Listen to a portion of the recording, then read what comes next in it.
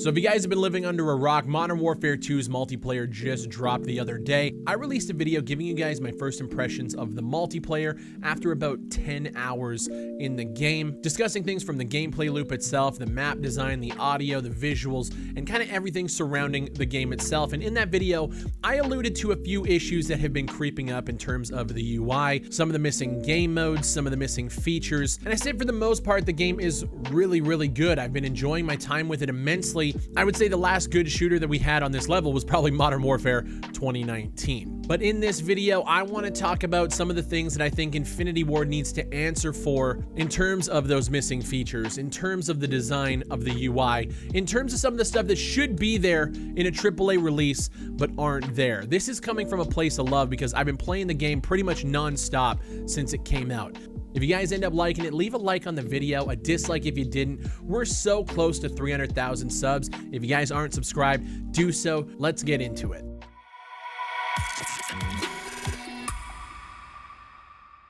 So in order for me to get my point across with some of the UI and the UX design, we're just gonna go through it together. So one of the main things that I noticed right off the bat is just how fucking annoying it is to start up a party. The social hub here, which you click up here, it's a fucking disaster. First off, we have 4 tabs at the top. You have your hub, your friends, recent players, and a showcase, which we're gonna talk about in a little bit. But we're opened up to this hub. So we have our party on the left side here. You guys can see your party, and then you click down here and you can invite friends. They have the little R party settings, and then it opens up here, and that's where you change it. And then we have a social activity tab, which tells me that I have a friend, Flo Beatbox, who's playing Invasion right now. And then I have Big Anime Titties, who I last played against 12 hours ago, offline. Why do I need to know this when I have a tab here that says recent players? All of this is just irrelevant player space. What I want to see, if we're at the main menu like this, and I click up to the social tab, what I think we should be greeted with is a form of this showcase tab, which is getting absolutely no love because it's completely irrelevant. What we have here is our operator. So our showcase operator, the showcase weapon, we can set that up here. And then over here, we have showcase calling cards, which I haven't looked into yet. This is irrelevant. I don't need to showcase multiple calling cards. Make our party right here. So we have our party, so it's Big Fry. Then it has my information. Then we have how many empty slots we would be able to invite 5 more players. And then over here, oh look it, Flo Beatbox. And then right here, we should be able to look at our online friends and just right click and invite. But unfortunately, we have to click again, and then we have to invite to party. This showcase tab is completely irrelevant. The fact is our friends list is at the bottom of the screen. We have 1 row of friends. We scroll down, another row of friends. We scroll down, and it's just, why not bump this up a little bit? And that way we can see all of our friends, or take the showcase approach and just have it in a fucking list like this. Whoever designed the social tab and pretty much all the UI in this game should be fired. But that's not even the worst part. When we go to our weapons, and this is ridiculous. I'm gonna go and I'm gonna open up to the M4. This menu is fucked. I'm just gonna say it straight up. The fact that we have to scroll all the way over like this to get to all of our camos. They did a horizontal scroll menu for camos when it's completely unnecessary. On top of the fact that if you start at the beginning and you scroll using your mouse wheel, it shifts multiple pages. So this is me scrolling down. I'm gonna scroll down and it skips to the 3rd page. Scroll down again, it skips 2 more pages and kind of like a half page. Scroll again and it jumps. Now, if I wanna scroll backwards, so I'm gonna scroll up to go back, it only shifts a little bit. It shifts the way that it should be shifting. So using your scroll wheel in a horizontal menu is completely broken. There is no accuracy to it at all. What it should be is if I scroll down, it shifts just a little bit. Kind of like how this does. It's so poorly designed. A, who designed it? And B, who fucking approved it? A lot of this stuff has to go through multiple people to be approved in a game and in a studio of this size.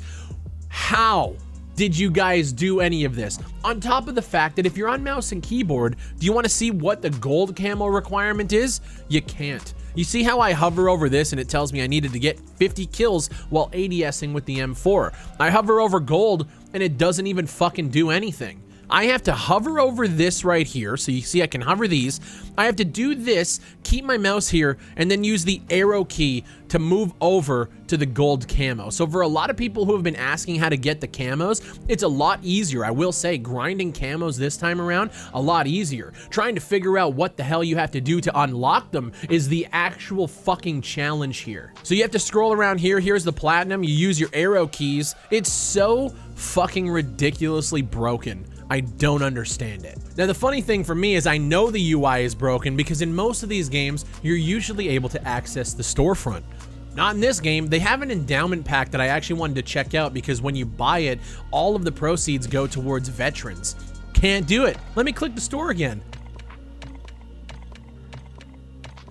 You know a game is broken when you can't access the store to give them money, because this would be the first thing that they have working 100%. Nope. Fun times. Now I want to jump into a game here because I got to show you guys one of the worst design choices that I've ever seen in a video game, and this is coming from somebody who is a fan of third-person shooters. I'm not going to be wearing a headset because I don't really care about performing here. I just have to show you guys just how badly Infinity Ward has fucked up this game mode. I really love the third-person game mode. The perspective is perfect. It feels really good to play until you want to swap shoulders, which a lot of people have been telling me they didn't even know you could do. So I'm in the game right here and I want to swap shoulders. You see on the bottom it says shift to swap shoulders. Wow, that works really good, huh? Unless you're moving around, shift doesn't work. Shift is actually your sprint. Well, big, all you gotta do is rebind the key. I did, it's on my mouse. Shift still does the shoulder swap, but I also changed it to work on my mouse. You cannot take shift off of the shoulder swap key. You can't. So sometimes when you're sprinting around, you might just swap shoulders by accident. So if you look here for change camera side, it says it's set to my mouse key, which it is, but shift still toggles this for some reason. So when you're running around in game or when you're starting to sprint, you might just swap shoulders sometime. Even though it's bound to my mouse, I'm pushing my mouse button, it does not work. Shift does not work because shift is your fucking sprint key. They put both of them at the same time and then made it so that you cannot change sides of your camera without fully stopping, shifting, and then going. If I want to go over here, look, I want to get on this side of the camera. I can't. I have to stop, ooh, and then switch. Okay, now I can see. Oh, there's a guy right there. Beautiful. Did you even play it, Infinity Ward? Like, please tell me that this is a design choice and not a bug. Because if it's a design choice, you should be fired. If it's a bug, fix it. Talking more about the UI, you cannot mute people in this game. You can do it singly, but the button that says mute all in game just does not work. There's been times where I've had full lobbies screaming all the gamer words at me and I have to click every single fucking person. The mute all button just doesn't want to function. Now, if we're ready to queue up for a game and you want to use an XP token, you click this button here, XP tokens. I'm not going to waste them for the purposes of this video, but when you do use them, it doesn't tell you how much time is left. You just used it. This is an hour. You might finish a game, it might be a 7-minute game. It doesn't keep track. It doesn't pop up anywhere on screen. There's all this blank space over here that does nothing. If you're in a party and you want to mute somebody, you have to not go to your party over here, which would make sense. You have to go up to this button here, which is channels. Here's your party here. They'll be listed here, and then you can mute them from here. Why this exists, I have no fucking idea. Why it opens up to here, my channels, create your own channel. Why do you need to create your own channel? You're in a party or you're not in a party. What are the channels for? If you're in a party, just have it pop up on the side when you hit party. Now, I want to talk about some of the missing features in this title, specifically the fact that you don't have a combat record. You can't see how well you're doing. There is no leaderboards. There is no kill death. You can't look up how many objective caps you have. You can't look up a fucking thing. If I want to know how well I'm playing in the game overall, which I think I'm doing pretty good, most of the games I'm ending at like 1.5 to 3 kill death ratio, but do I have an actual number? I don't fucking know. I can't see it anywhere. The thing is some of these things that we've been talking about, I feel are design choices and some of them are bugs. Taking the combat record out of the game completely, I fully believe is a design choice intentionally meant to not discourage bad players from realizing just how terrible they are. And to me, that just affects everybody else for the sake of the bad fucking casual players who play an hour a day, who aren't playing in sweat lobbies. They're not being thrown up with the skill-based matchmaking. Why is it not there in a game that touts itself as one of the most competitive games ever? You guys have the Call of Duty League, all of these pro fucking tournaments and all of these teams, and the game itself can't even facilitate any sort of competition. You take the deaths out of the scoreboard just like Battlefield does. You don't want to discourage players from playing the game, but when they jump into lobbies and have voice chat on, they're absolutely lambasted by everybody else in the lobby because they're fucking trash. And I'm not telling you to take voice chat out of the game like Battlefield 2042 did. That's not the answer. You are never going to stop toxicity, and you are never going to handhold everybody through the rest of their lives. So what if some people are bad at the fucking game? Who cares? The fact that we can't track our own stats to see how well we're doing, you have skill-based matchmaking and you say it so that you're playing against people that are of your caliber and are of your level. We all know that Call of Duty skill-based matchmaking is fucking horrible. This is something that I can't complain about. I fully expected it with Call of Duty, but the fact is you are setting up a structure and a system that is, by your words, are competitive at, you know, the baseline, but we can't look at our own fucking stats. What is the reason outside of somebody coming in and giving you player retention analytics and telling you to remove that kind of shit because it discourages players? It's a fucking joke. When it comes to weapon attachments, I don't understand why you guys opted to go back to the plus and minus system. I wish you guys would do something more like The Division, where we actually see the different numbers and the stats available, especially when you want to go in depth with things like weapon tuning, which has been removed from the game for now, by the way, because it was causing a lot of crashes and bugs. But you want to go in depth with the weapon tuning, and you want to make people feel like they got more choices for customization, but you don't tell us any of the numbers that are actually being impacted here. The Division does a really good job of doing this. Or, I mean, you could literally look at Call of Duty Vanguard. Do you guys remember that game? They did it better than Infinity Ward is doing right now. And I don't know why they opted to go back to this plus minus system.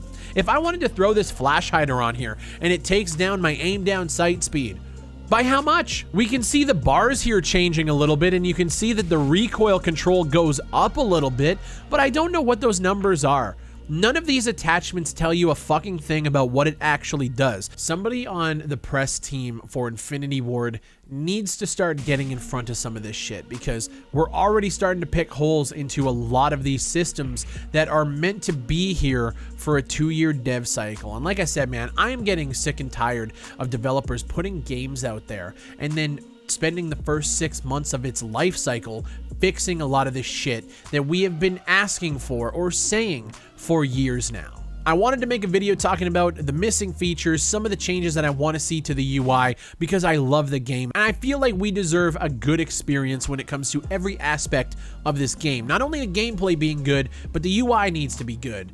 The menu system needs to be good. The attachment system needs to be better. And I think more people need to start talking about it. I don't want this to be viewed as a negative video, even though I know a lot of people will. But at the end of the day, I love the game. I'm still going to keep playing it. I just wanted to put a video out talking about my concerns about the title. So that's what this video is, and I hope you guys enjoyed it. If you did, leave a like on it, and please share this one in your communities, because we need to start getting more people on board with talking about some of these issues. If you guys want to become a member of the channel, hit that join button down below. I have a tier for 99 cents, so it's super cheap to support the channel. We have a private Discord channel for all of our members. There's emotes to use in the live streams, and you have behind the scenes look at our upcoming FPS, which will be announced and talked about very, very soon. As always, guys, my name is Big Fry. Stay safe, stay frosty, and I'll see you on the next one.